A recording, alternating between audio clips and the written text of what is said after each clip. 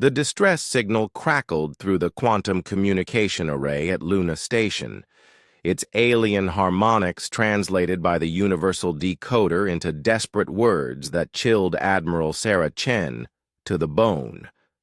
"This is research vessel Kethvar of the Zelanian Republic, under attack by Vorthan raiders. Crew of 300 civilians.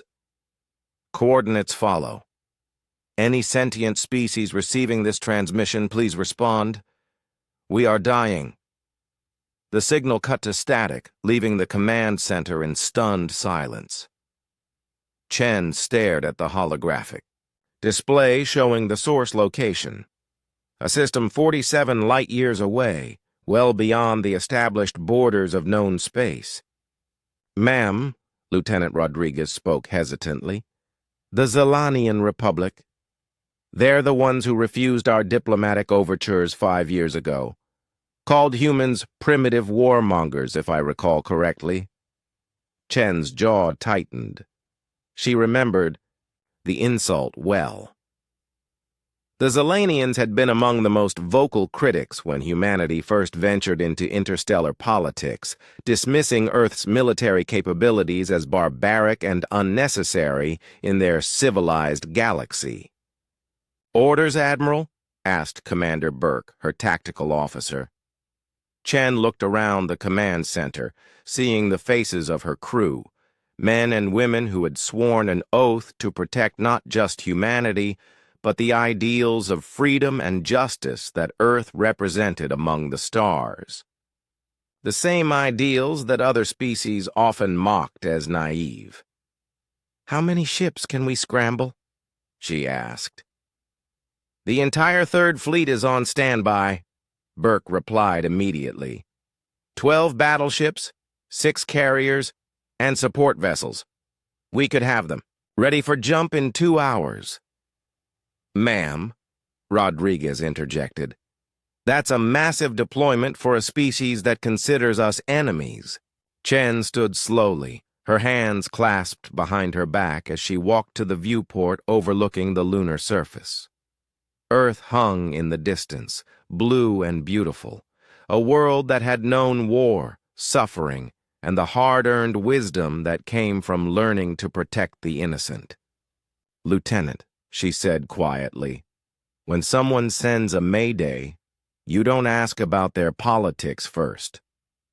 She turned back to her crew, and they saw something in her eyes that had made humanity feared and respected across a dozen star systems. The same fire that had driven human explorers across Earth's oceans and into the void itself. "All hands, battle stations, signal the Third Fleet, immediate deployment to Zelanian space. And Rodriguez?"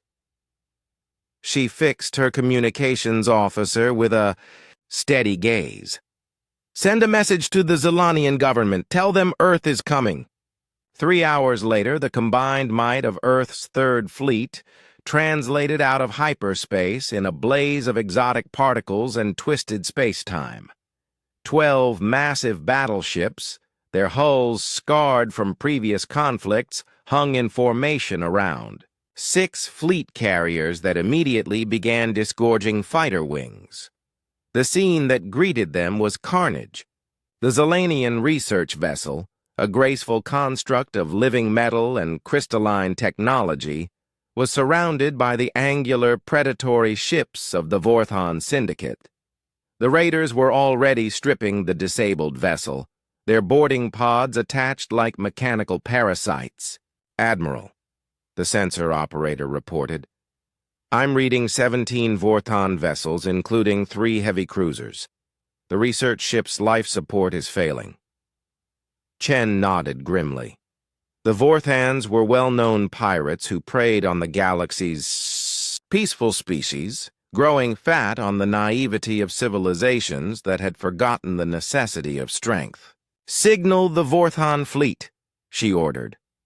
"Tell them they have 30 seconds to disengage and surrender, or we will demonstrate why the galaxy calls us warmongers." The response came in the form of plasma torpedoes streaking toward the human, fleet. Typical, Burke muttered. No negotiation, no posturing. These scum only understand one language. Then let's speak it fluently, Chen replied. All ships, weapons free. Show them what Earth manufactures besides diplomacy.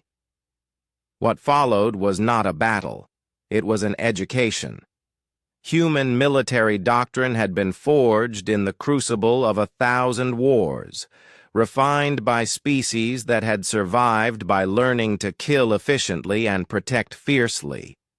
Where other races built beautiful ships designed for peace, humans built ugly, functional weapons designed to bring justice to a hostile universe. The battleship Yamato opened fire first, its mass drivers hurling projectiles at relativistic speeds that tore through Vorthon shields like paper. The Patton followed, its missile batteries turning space into a deadly constellation of explosions. Fighter wings from the carriers swarmed the raider fleet, their pilots executing maneuvers that would have killed most species, but were merely Tuesday afternoon for humans raised on a high-gravity world. The Vorthons, accustomed to easy prey, found themselves facing an enemy that fought with the coordinated fury of a pack predator. Every human ship moved with purpose, every weapon fired with lethal precision. This wasn't the chaotic barbarism their propaganda had described. This was warfare elevated to an art form. Within 12 minutes, 14 Vorthon ships were debris.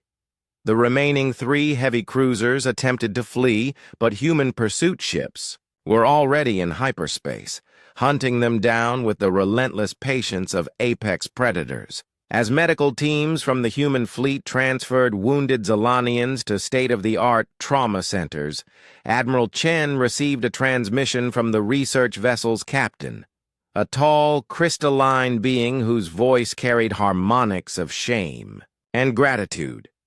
Admiral Chen, Captain Veltar spoke, we owe you a debt that cannot be repaid.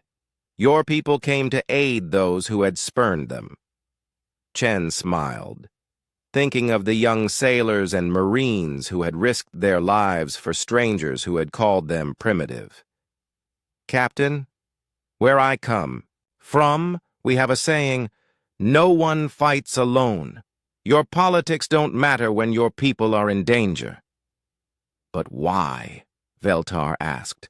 Why risk your ships, your lives, for those who showed you only contempt? The Admiral looked out at the stars, thinking of Earth, a world that had learned the hard way that strength without compassion was tyranny, but compassion without strength was useless sentiment. Because, she said simply, someone has to stand between the darkness and the light. And if that makes us warmongers in your eyes, then we'll be the best damned warmongers the galaxy has ever seen. Later, as the human fleet prepared to depart, they left behind more than just grateful survivors. They left behind a lesson that would spread throughout Zelanian space and beyond, that humanity's weapons were not tools of conquest, but instruments of justice. And in the depths of space, other predators took note and decided that perhaps they should find easier prey than the species that answered distress calls with guns and glory.